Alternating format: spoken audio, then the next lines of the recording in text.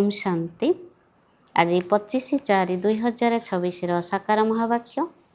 मधुर संतान माने बाबा दूरदेशरू आसिछंती तुम संतान मानक पई नुआ राज्य स्थापन करिवा पई तुमे माने वर्तमान स्वर्ग पई योग्य हेउछ। प्रश्न, जो संतान मानकर शिव बाबांक प्रति अतूट निश्चय रही सेमानकर लक्षण कौन होइथिबो? उत्तर, से माने आखि बंद करी बाबांकर श्रीमत को पालन करिवे।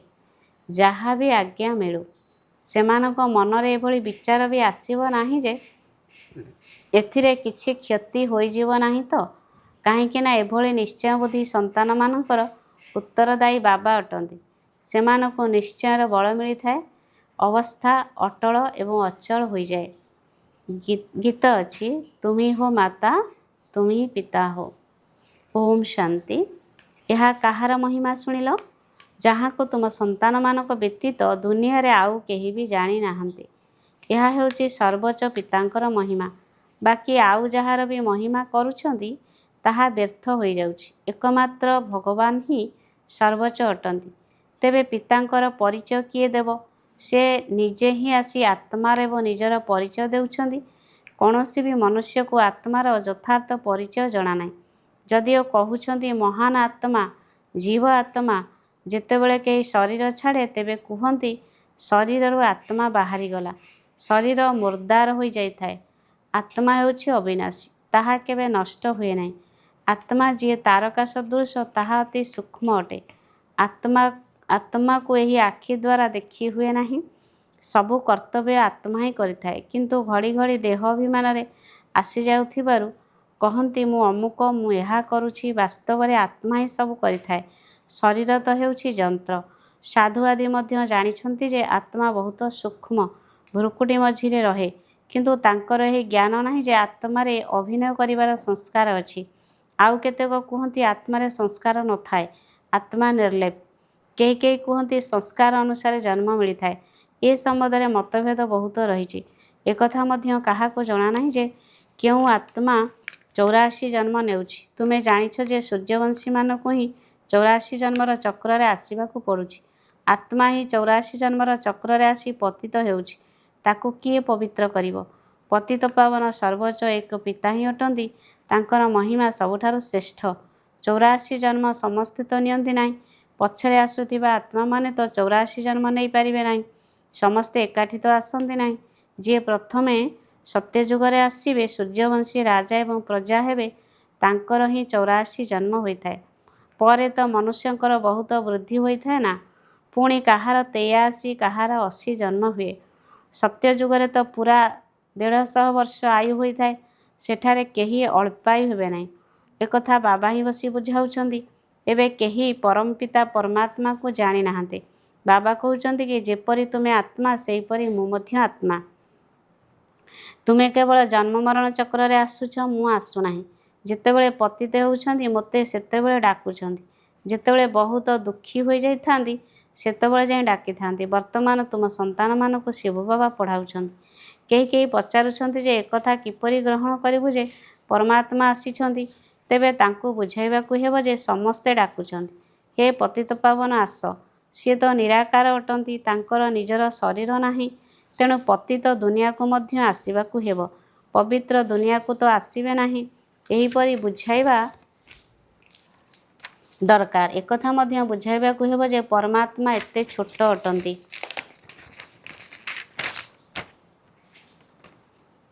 जेपरि आत्मा छोट अटे, किंतु सी हेउछंती मनुष्य सृष्टिर बीजरूप ज्ञानर सागर। बाबा कहउछंती जे तुमे मते परम पिता परमात्मा कहउछ, जदि डाकुछ तेबे तो निश्चय आसीबे ना। गायन मध्य अछि जे दूर देशर निवासी परदेश को आसिले। एबे बाबांक द्वारा जणा पड़िला जे एबे आमे परदेशरे अर्थात रावण देशरे अछु। सत्ययुग त्रेतारे आमे ईश्वरीय देश अर्थात निज देशरे थिलु। पुणी द्वापर ठारू आमे परदेश पर राज्य को आसी जाइछु। बाम मार्ग को आसी जाइछु। पुणी भक्ति आरंभ होई जाउछि। प्रथमे शिव बाबांक भक्ति करिबारे लागि पडुछंती। लोकमाने शिवंकर एते बड़ लिंग तैयारी करुछंती, किंतु से आकार रे एते बड़ नुहंती। एबे तुमे बुझिछ जे आत्मा एवं परमात्मा का मध्यरे अंतर कौन?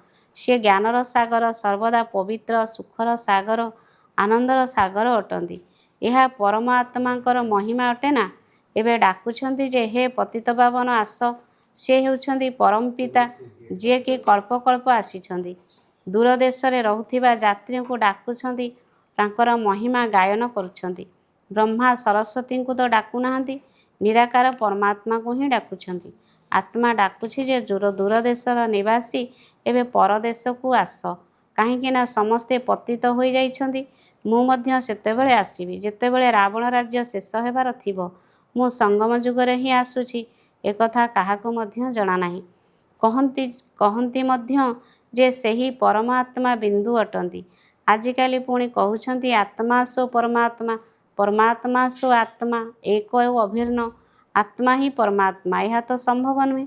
ଆତ୍ମା ପରମାତ୍ମା ଉଭୟ ଭିନ୍ନ ଅଟନ୍ତି। ଉଭୟଙ୍କର ରୂପ ସମାନ ଅଟେ, କିନ୍ତୁ ଆତ୍ମା ପତିତ ହୋଇଥାଏ, ତାକୁ 84 ଜନ୍ମର ଅଭିନୟ କରିବାକୁ ପଡ଼ିଥାଏ। ପରମାତ୍ମା ଜନ୍ମ ମରଣ ରହିତ ଅଟନ୍ତି।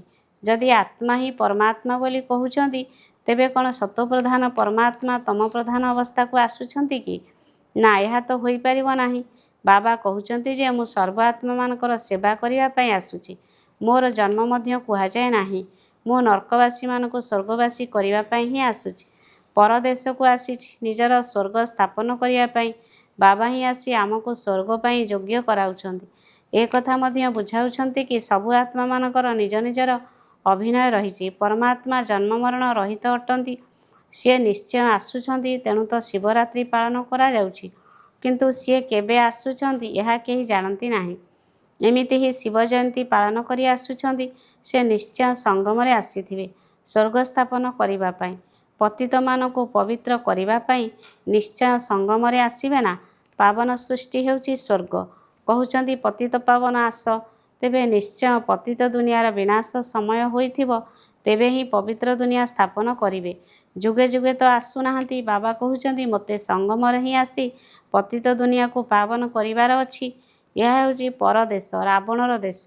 କିନ୍ତୁ କୌଣସି ମନୁଷ୍ୟ କ'ଣ ଏକଥା ଜାଣୁଛନ୍ତି କି ରାବଣ ରାଜ୍ୟ ଚାଲିଛି? କେବେଠାରୁ ଏହି ରାବଣ ରାଜ୍ୟ ଆରମ୍ଭ ହୋଇଛି? କିଛି ବି ଜଣାନାହିଁ। ସର୍ବପ୍ରଥମ ମୁଖ୍ୟ କଥା ହେଉଛି ଆତ୍ମା ପରମାତ୍ମାଙ୍କର ରହସ୍ୟ ସମ୍ବନ୍ଧୀ ବୁଝାଇବାକୁ ପଡ଼ିବ। ପୁଣି ବୁଝାଇବାକୁ ହେବ ଯେ ସିଏ କଳ୍ପର ସଙ୍ଗମରେ ସର୍ବ ଆତ୍ମାଙ୍କୁ ପବିତ୍ର କରିବାକୁ ଆସୁଛନ୍ତି। ଏହା ତାଙ୍କର ହିଁ କାମ ଅଟେ, ଶ୍ରୀକୃଷ୍ଣଙ୍କର ନୁହେଁ। ଶ୍ରୀକୃଷ୍ଣ ତ ନିଜେ ହିଁ 84 ଜନ୍ମ ନେଇ ତଳକୁ କଳିଯୁଗକୁ ଆସୁଛନ୍ତି। ସମସ୍ତ ସୂର୍ଯ୍ୟବଂଶୀ ତଳକୁ ଖସୁଛନ୍ତି। ବୃକ୍ଷ କ'ଣ ଅଧା ସତେଜ ଅଧା ଜୀର୍ଣ୍ଣଶୀର୍ଣ୍ଣ ହେବ? ଜୀର୍ଣ୍ଣଶୀର୍ଣ୍ଣ ଅବସ୍ଥା ସମସ୍ତଙ୍କର ହୁଏ। କଳ୍ପର ଆୟୁ ମଧ୍ୟ ମନୁଷ୍ୟମାନଙ୍କୁ ଜଣାନାହିଁ। ଶାସ୍ତ୍ରରେ କଳ୍ପର ଆୟୁ ଲମ୍ବା ଚଉଡ଼ା କରିଦେଇଛନ୍ତି। ଏକଥା ବାବା ହିଁ ବସି ବୁଝାଉଛନ୍ତି। ଏଥିରେ ଆଉ କିଛି ପ୍ରଶ୍ନ ଉଠିବାର ନାହିଁ। ରଚୟିତା ବାପା ସତ୍ୟ ହିଁ କହୁଛନ୍ତି। ଆମେ ଏତେ ବିକେ ଅଛୁ, ସମସ୍ତେ ମାନୁଛୁ। ଆଗକୁ ଗଲେ ଯେବେ ନିଶ୍ଚୟ ହେବ, ତେବେ ସବୁ କିଛି ବୁଝିଯିବେ। ପ୍ରଥମେ ମନୁଷ୍ୟମାନଙ୍କୁ ଏକଥା ବୁଝାଇବାକୁ ହେବ ଯେ ନିରାକାର ପରମପିତା ପରମାତ୍ମା ଦୂରଦେଶରୁ ଆସିଛନ୍ତି। କିନ୍ତୁ କାହା ଶରୀରରେ ଆସିଲେ? ସୂକ୍ଷ୍ମବତନରେ ଆସି କ'ଣ କରିବେ? ନିଶ୍ଚୟ ଏଠାକୁ ଆସିବାକୁ ହେବ। ପ୍ରଜାପିତା ବ୍ରହ୍ମା ମଧ୍ୟ ସାକାର ଦୁନିଆରେ ଏଠାରେ ରହିବା ଦରକାର। ବ୍ରହ୍ମା କିଏ ଏକଥା ମଧ୍ୟ ବାବା ବସି ବୁଝାଉଛନ୍ତି। ଯାହାଙ୍କର ଶରୀର ମଧ୍ୟରେ ପ୍ରବେଶ କରୁଛନ୍ତି, ସେ ନିଜର ଜନ୍ମକୁ ଜାଣିନଥିଲେ, ତେଣୁ ପିଲାମାନେ ମଧ୍ୟ ଜାଣିନଥିଲେ। ଯେତେବେଳେ ମୁଁ ପୋଷ୍ୟ ରୂପେ ଗ୍ରହଣ କରୁଛି, ସେତେବେଳେ ସନ୍ତାନ ହେଉଛନ୍ତି। ମୁଁ ବ୍ରହ୍ମା ଏବଂ ସନ୍ତାନମାନଙ୍କୁ ବୁଝାଉଛି ଯେ କ'ଣ ତୁମେ ନିଜର ଜନ୍ମକୁ ଭୁଲି ଯାଇଛ? ଏବେ ସୃଷ୍ଟିର ଚକ୍ର ପୂରା ହେଉଛି, ପୁଣି ପୁନରାବୃତ୍ତି ହେବ। ମୁଁ ଆସିଛି ପବିତ୍ର କରିବା ପାଇଁ, ରାଜଯୋଗ ଶିଖାଇବା ପାଇଁ। ପବିତ୍ର ହେବା ପାଇଁ ଆଉ କୌଣସି ରାସ୍ତା ନାହିଁ। ଯଦି ଏହି ରହସ୍ୟ ମନୁଷ୍ୟ ଜାଣିଥାନ୍ତେ, ତେବେ ଗଙ୍ଗା ଆଦିକୁ ସ୍ନାନ କରିବା ପାଇଁ ମେଳା ଆଦିକୁ ଯାଆନ୍ତେ ନାହିଁ। ଏହି ପାଣିର ନଦୀରେ ତ ସବୁବେଳେ ଦ୍ୱାପର ଯୁଗରୁ ସ୍ନାନ କରି ଆସୁଛନ୍ତି। ଭାବିଥାନ୍ତି ଯେ ଗଙ୍ଗାରେ ବୁଡ଼ ପକାଇଲେ ପାପ ନାଶ ହେବ, କିନ୍ତୁ କାହାରି ବି ପାପ ନାଶ ହୁଏ ନାହିଁ। ପ୍ରଥମେ ତ ଆତ୍ମା ଏବଂ ପରମାତ୍ମାଙ୍କର ରହସ୍ୟ ବୁଝାଅ। ଆତ୍ମାମାନେ ହିଁ ପରମାତ୍ମା ପିତାଙ୍କୁ ଡାକୁଛନ୍ତି। ସେ ହେଉଛନ୍ତି ନିରାକାର। ଆତ୍ମା ମଧ୍ୟ ନିରାକାର ଅଟେ। ଏହି କର୍ମେନ୍ଦ୍ରିୟ ଦ୍ୱାରା ଆତ୍ମା ଡାକୁଛି। ଭକ୍ତି ପରେ ଭଗବାନଙ୍କୁ ଆସିବାକୁ ହିଁ ପଡ଼ିବ। ଏହା ମଧ୍ୟ ଡ୍ରାମାରେ ପାର୍ଟ ରହିଛି। ବାବା କହୁଛନ୍ତି ମୋତେ ନୂଆ ଦୁନିଆର ସ୍ଥାପନା କରିବା ପାଇଁ ଆସିବାକୁ ପଡ଼ୁଛି। ଶାସ୍ତ୍ରରେ ମଧ୍ୟ ଲେଖାଯାଇଛି କି ଭଗବାନଙ୍କର ସଂକଳ୍ପ ଆସିଲା, ତେବେ ନିଶ୍ଚୟ ଡ୍ରାମା ପ୍ଲାନ୍ ଅନୁସାରେ ସଂକଳ୍ପ ଆସିଥିବ। ଏହା ପୂର୍ବରୁ ଏହି କଥାକୁ କେହି ବୁଝିପାରୁନଥିଲେ। ଦିନକୁ ଦିନ ଅଧିକ ଅଧିକ ଆତ୍ମା ଜାଣୁଛନ୍ତି। ବାବା କହୁଛନ୍ତି, ମୁଁ ତୁମକୁ ନୂଆ ନୂଆ ଗୁହ୍ୟରୁ ଗୁହ୍ୟ କଥା ଶୁଣାଉଛି। ଆତ୍ମାମାନେ ଶୁଣି ଶୁଣି ବୁଝି ଚାଲିଛନ୍ତି। ପୂର୍ବରୁ ଏପରି କହୁନଥିଲେ ଯେ ଶିବ ବାବା ପଢ଼ାଉଛନ୍ତି। ଏବେ ତ ଠିକ୍ ଭାବରେ ବୁଝି ଯାଇଛନ୍ତି। ପୂର୍ବରୁ ଏପରି କହୁନଥିଲେ ଯେ ଶିବ ବାବା ପଢ଼ାଉଛନ୍ତି। ଏବେ ତ ଠିକ୍ ଭାବରେ ବୁଝି ଯାଇଛନ୍ତି। ଆଗକୁ ଅଧିକ ବୁଝିବାକୁ ଅଛି। ବାବା ପ୍ରତ୍ୟେକ ଦିନ ବୁଝାଉଛନ୍ତି ଯେ କାହାକୁ କିପରି ବୁଝାଇବା ଦରକାର। ପ୍ରଥମେ ଏହି ନିଶ୍ଚୟ କରନ୍ତୁ ଯେ ବେହଦର ବାପା ବୁଝାଉଛନ୍ତି, ତେବେ ସେ ନିଶ୍ଚୟ ସତ୍ୟ ହିଁ ବତାଇବେ। ଏଥିରେ ଦ୍ୱନ୍ଦ୍ୱରେ ପଡ଼ିବାର କିଛି କଥା ନାହିଁ। କେତେକ ସନ୍ତାନ ପକ୍କା ଅଛନ୍ତି, କେତେକ କଚ୍ଚା ଅଛନ୍ତି। କଚ୍ଚା ଥିଲେ କାହାକୁ ବୁଝାଇ ପାରିବେ ନାହିଁ। ସ୍କୁଲରେ ମଧ୍ୟ କ୍ରମାନୁସାରେ ରହିଥାନ୍ତି। ବହୁତଙ୍କର ଏହି ସଂଶୟ ଆସୁଛି କି ଆମେ କିପରି ବୁଝିବୁ ଯେ ପରମପିତା ପରମାତ୍ମା ସେ ପଢ଼ାଉଛନ୍ତି, କାହିଁକି ନା ତାଙ୍କ ବୁଦ୍ଧିରେ ଅଛି ଯେ ଶ୍ରୀକୃଷ୍ଣ ହିଁ ଗୀତାଜ୍ଞାନ ଶୁଣାଇଛନ୍ତି। ଏବେ ତ ପତିତ ଦୁନିଆରେ ଶ୍ରୀକୃଷ୍ଣ ଆସିପାରିବେ ନାହିଁ। ଏକଥା ତାଙ୍କୁ ସିଦ୍ଧ କରି କୁହ କି ପରମାତ୍ମାକୁ ହିଁ ପତିତ ଦୁନିଆ ଏବଂ ପତିତ ଶରୀରରେ ଆସିବାକୁ ପଡ଼ିଥାଏ। ବାବା ଏକଥା ମଧ୍ୟ ବୁଝାଉଛନ୍ତି ଯେ ପ୍ରତ୍ୟେକଙ୍କର ନିଜ ନିଜର ବୁଦ୍ଧି ଅଛି। କେହି କେହି ତ ଶୀଘ୍ର ବୁଝି ଯାଉଛନ୍ତି। ଯେତେ ସମ୍ଭବ ବୁଝାଇବାକୁ ପଡ଼ିବ। ସବୁ ବ୍ରାହ୍ମଣ ଏକ ସମାନ ହେବେ ନାହିଁ। କେହି କେହି ତ ଶୀଘ୍ର ବୁଝି ଯାଉଛନ୍ତି। ଯେତେ ସମ୍ଭବ ବୁଝାଇବାକୁ ପଡ଼ିବ। ସବୁ ବ୍ରାହ୍ମଣ ଏକ ସମାନ ହେବେ ନାହିଁ। କିନ୍ତୁ ପିଲାମାନଙ୍କ ଭିତରେ ଦେହ ଅଭିମାନ ବହୁତ ଅଛି। ଏକଥା ବାବା ମଧ୍ୟ ଜାଣିଛନ୍ତି ଯେ ପିଲାମାନେ କ୍ରମାନୁସାରେ ରହିଛନ୍ତି। ପିଲାମାନଙ୍କୁ ନିର୍ଦ୍ଦେଶ ଅନୁସାରେ ଚାଲିବାକୁ ପଡ଼ିବ। ବଡ଼ ବାବା ଯାହା କିଛି କହିବେ ତାହା ମାନିବା ଉଚିତ। ଗୁରୁଙ୍କ ତ ମାନି ଆସିଛ। ଏବେ ବାବା ଯିଏ ସ୍ୱର୍ଗକୁ ନେଇଯାଇଥାନ୍ତି, ତାଙ୍କର କଥା ତ ଆଖି ବନ୍ଦ କରି ମାନିବା ଦରକାର। କିନ୍ତୁ କେହି ଏପରି ନିଶ୍ଚୟ ବୁଦ୍ଧି ନାହାନ୍ତି। ଭଲେ ସେଥିରେ କ୍ଷତି ହେଉ ବା ଲାଭ ହେଉ, ମାନିନେବା ଉଚିତ। ଯଦିଓ କ୍ଷତି ବି ହୋଇଯାଉଛି, ତଥାପି ବାବା କହୁଛନ୍ତି ନା, ସର୍ବଦା ଏପରି ବୁଝ ଯେ ଶିବ ବାବା ହିଁ କହୁଛନ୍ତି। ବ୍ରହ୍ମା କହୁଛନ୍ତି ବୋଲି ଭାବ ନାହିଁ। ଶିବ ବାବା ଉତ୍ତରଦାୟୀ ହେବେ। ସେ ସବୁ ଠିକ୍ କରିଦେବେ। ଇଏ ହେଉଛନ୍ତି ରଥ, ତେଣୁ ସେ ଠିକ୍ କରିଦେବେ। କହିବେ ଯେ ମୁଁ ଏହି ରଥରେ ବସିଛି। ସର୍ବଦା ଭାବ ଯେ ଶିବ ବାବା ହିଁ କହୁଛନ୍ତି। ଇଏ କିଛି ଜାଣନ୍ତି ନାହିଁ। ଏହା ହିଁ ସ୍ମୃତିରେ ରଖ। ଗୋଟିଏ ପଟେ ତ ପୂର୍ଣ୍ଣ ରୂପେ ନିଶ୍ଚୟ ରଖିବା ଦରକାର। ଶିବ ବାବା କହୁଛନ୍ତି, ମୋ କଥା ମାନି ଚାଲ, ତେବେ ତୁମର କଲ୍ୟାଣ ହେବ। ଏହି ବ୍ରହ୍ମା ଯଦି କିଛି ବି କହୁଛନ୍ତି, ତେବେ ତାଙ୍କ କଥାର ଉତ୍ତରଦାୟୀ ହେଉଛି ମୁଁ। ତୁମେ ସନ୍ତାନମାନେ ଚିନ୍ତା କର ନାହିଁ। ଶିବ ବାବାଙ୍କୁ ମନେ ପକାଇଲେ ଅବସ୍ଥା ଆହୁରି ମଜବୁତ ହୋଇଯିବ। ନିଶ୍ଚୟ ରହିଲେ ବିକର୍ମ ବିନାଶ ହେବ। ଶକ୍ତି ମଧ୍ୟ ମିଳିବ। ଯେତେ ଅଧିକ ବାବାଙ୍କୁ ମନେ ପକାଇବ, ସେତେ ଅଧିକ ବଳ ମିଳିବ। ଯିଏ ଶ୍ରୀମତ ପାଳନ କରିବେ, ସେ ଉଚ୍ଚପଦ ପାଇବେ। ଅନେକଙ୍କ ମଧ୍ୟରେ ଦେହ ଅଭିମାନ ବହୁତ ରହିଥାଏ। ଦେଖ ବାବା ସବୁ ସନ୍ତାନମାନଙ୍କ ସହ କିପରି ସ୍ନେହରେ ଚାଲୁଛନ୍ତି। ସମସ୍ତଙ୍କ ସାଥିରେ କଥା ହେଉଛନ୍ତି। ପିଲାମାନଙ୍କୁ ପଚାରୁଛନ୍ତି, ଠିକ୍ ଭାବରେ ବସିଛ?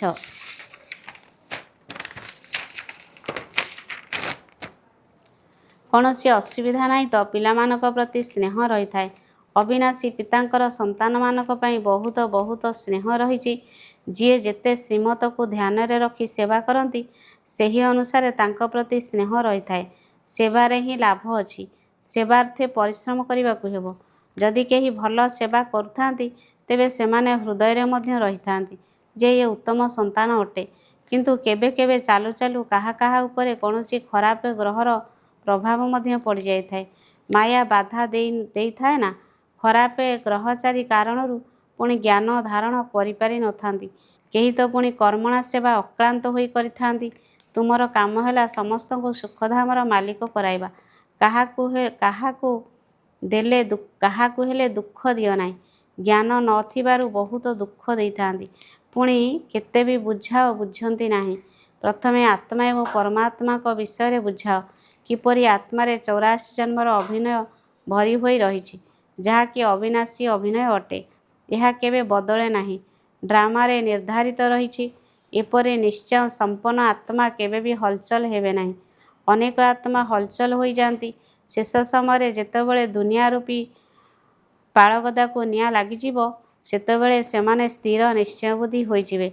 ଏବେ ତ ବହୁତ ଯୁକ୍ତିରେ ବୁଝାଇବାକୁ ହେବ। ଭଲ ଭଲ ପିଲାମାନେ ତ ସେବା କରିଥାନ୍ତି। ସେମାନେ ହୃଦୟରେ ରହିଥାନ୍ତି। କାରଣ ବାବାଙ୍କ ସେବାର୍ଥେ ବହୁତ ପରିଶ୍ରମ ମଧ୍ୟ କରିଥାନ୍ତି। ସେମାନଙ୍କର ସେବା କରିବାରେ ବହୁତ ସଉକ ରହିଥାଏ। ଯାହାଙ୍କଠାରେ ଯେଉଁ ଗୁଣ ଅଛି, ତାହା ବାବା ବର୍ଣ୍ଣନା କରିଥାନ୍ତି। ଆଚ୍ଛା ମିଠା ମିଠା ଶିଖିଲେ ଦେ ସନ୍ତାନମାନଙ୍କ ପ୍ରତି ମାତା ପିତା ବାପଦାଦାଙ୍କର ମଧୁର ସ୍ନେହ ସମ୍ପନ୍ନ ଶୁଭେଚ୍ଛା ଏବଂ ସୁପ୍ରଭାତ। ଆତ୍ମିକ ପିତାଙ୍କର ଆତ୍ମିକ ସନ୍ତାନମାନଙ୍କୁ ନମସ୍ତେ। ଆତ୍ମିକ ସନ୍ତାନମାନଙ୍କର ଆତ୍ମିକ ପିତାଙ୍କୁ ନମସ୍ତେ ନମସ୍ତେ ନମସ୍ତେ। ଧାରଣା ପାଇଁ ମୁଖ୍ୟ ସାରାଂଶ 1 ନମ୍ବର ସେବାରେ କଠିନ ପରିଶ୍ରମ କରିବାକୁ ହେବ। କୌଣସି କଥାରେ ସଂଶୟ ଆଣିବାର ନାହିଁ। ସେବା ଦ୍ୱାରା ସମସ୍ତଙ୍କୁ ସୁଖ ଦେବାର ଅଛି, ଦୁଃଖ ନୁହେଁ। 2 ନମ୍ବର ନିଶ୍ଚୟର ବଳ ଦ୍ୱାରା ନିଜର ଅବସ୍ଥାକୁ ଅଟଳ କରିବାକୁ ହେବ।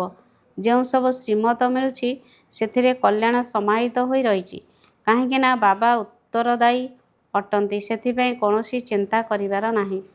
ଆଜିର ବରଦାନ ଯୋଗଯୁକ୍ତ ସ୍ଥିତି ଦ୍ୱାରା ସୂକ୍ଷ୍ମ ବା କଡ଼ା ବନ୍ଧନଗୁଡ଼ିକୁ ଅତିକ୍ରମ କରୁଥିବା ବନ୍ଧନମୁକ୍ତ ଭବ। ଯୋଗଯୁକ୍ତର ଲକ୍ଷଣ ହେଲା ବନ୍ଧନମୁକ୍ତ ସ୍ଥିତି। ଯୋଗଯୁକ୍ତ ହେବାରେ ସବୁଠାରୁ ବଡ଼ ଏବଂ ଅନ୍ତିମ ବନ୍ଧନ ହେଲା ନିଜକୁ ବୁଦ୍ଧିମାନ ମନେକରି ଶ୍ରୀମତକୁ ନିଜର ବୁଦ୍ଧିର ଚମତ୍କାରିତା ବୋଲି ଭାବିବା, ଅର୍ଥାତ୍ ଶ୍ରୀମତରେ ନିଜର ବୁଦ୍ଧିକୁ ମିଶ୍ରଣ କରିବା, ଯାହାକୁ ବୁଦ୍ଧିର ଅଭିମାନ କୁହାଯାଉଛି। 2 ନମ୍ବର ଯେତେବେଳେ ବି କେହି କୌଣସି ଦୁର୍ବଳତା ବିଷୟରେ ସଙ୍କେତ ଦେଇଥାନ୍ତି ଅଥବା ଖରାପ ବର୍ଣ୍ଣନା କରିଥାନ୍ତି, ଯଦି ସେହି ସମୟରେ ଟିକିଏ ବି ବ୍ୟର୍ଥ ସଂକଳ୍ପ ଚାଲିଲା, ତେବେ ମଧ୍ୟ ବନ୍ଧନ ବୋଲି କୁହାଯିବ। ଯେତେବେଳେ ଏହିସବୁ ବନ୍ଧନଗୁଡ଼ିକୁ ଅତିକ୍ରମ କରି ନିନ୍ଦା ସ୍ତୁତି ଜୟ ପରାଜୟରେ ସମାନ ସ୍ଥିତି ରଖିପାରିବ, ତେବେ କୁହାଯିବ ସମ୍ପୂର୍ଣ୍ଣ ବନ୍ଧନମୁକ୍ତ। ସ୍ଲୋଗାନ ପ୍ରଥମେ ଚିନ୍ତା କରିବା, ତାପରେ କରିବା, ଏହା ହେଉଛି ଜ୍ଞାନୀତ୍ୱ ଆତ୍ମାର ଗୁଣ। ସ୍ଲୋଗାନ ପ୍ରଥମେ ଚିନ୍ତା କରିବା, ତାପରେ କରିବା, ଏହା ହେଉଛି ଜ୍ଞାନୀତ୍ୱ ଆତ୍ମାର ଗୁଣ। ଅବ୍ୟକ୍ତ ଇସାରା ମହାନ ହେବା ପାଇଁ ମଧୁରତା ଏବଂ ନମ୍ରତାର ଗୁଣକୁ ଧାରଣ କର। ଯେପରି ଅଜ୍ଞାନ ବାଳକ କ୍ଷତି କରିବା ଭଳି ଜିନିଷକୁ ମଧ୍ୟ ଖେଳନା ଭାବିଥାଏ, ତେଣୁ ତାକୁ ଆଉ କିଛି ଦେଇ ତାଠାରୁ ତାକୁ ଆଣିବାକୁ ପଡ଼ିଥାଏ। ସେହିଭଳି ଯେଉଁମାନେ ଅଳ୍ପ କାଳର ମାନ ସାନ ବା ଅଳ୍ପ କାଳର ପ୍ରାପ୍ତିର ଇଚ୍ଛା ରଖିଛନ୍ତି, ସେମାନଙ୍କୁ ସମ୍ମାନ ଦେଇ ନିଜେ ନିର୍ମାଣ ଅର୍ଥାତ୍ ନିରହଙ୍କାରୀ ହୋଇଯାଅ। ସେହି ସମୟରେ ଯଦି ତାଙ୍କୁ ଶିକ୍ଷା ଦେବେ, ତେବେ ଅପ୍ରୀତିକର ପରିସ୍ଥିତି ସୃଷ୍ଟି ହେବ। ସେଥିପାଇଁ ଏହିଭଳି ସମୟରେ ଯୁକ୍ତିଯୁକ୍ତ ବ୍ୟବହାର ଦ୍ୱାରା ପରୋପକାରୀ ହୋଇ କ୍ଷମାଭାବ ଦ୍ୱାରା ତାଙ୍କୁ ସମ୍ମାନ ଦେଇ ପ୍ରଥମେ ତାଙ୍କୁ ବୁଦ୍ଧିମାନ କରାଅ, ଯାହାଦ୍ୱାରା ସେ ନିଜେ ନିଜେ ହୃଦବୋଧ କରିବେ ଯେ ଏହି କଥାଟି ମୋ ପାଇଁ କ୍ଷତିକାରକ ଅଟେ। ଓମ୍ ଶାନ୍ତି।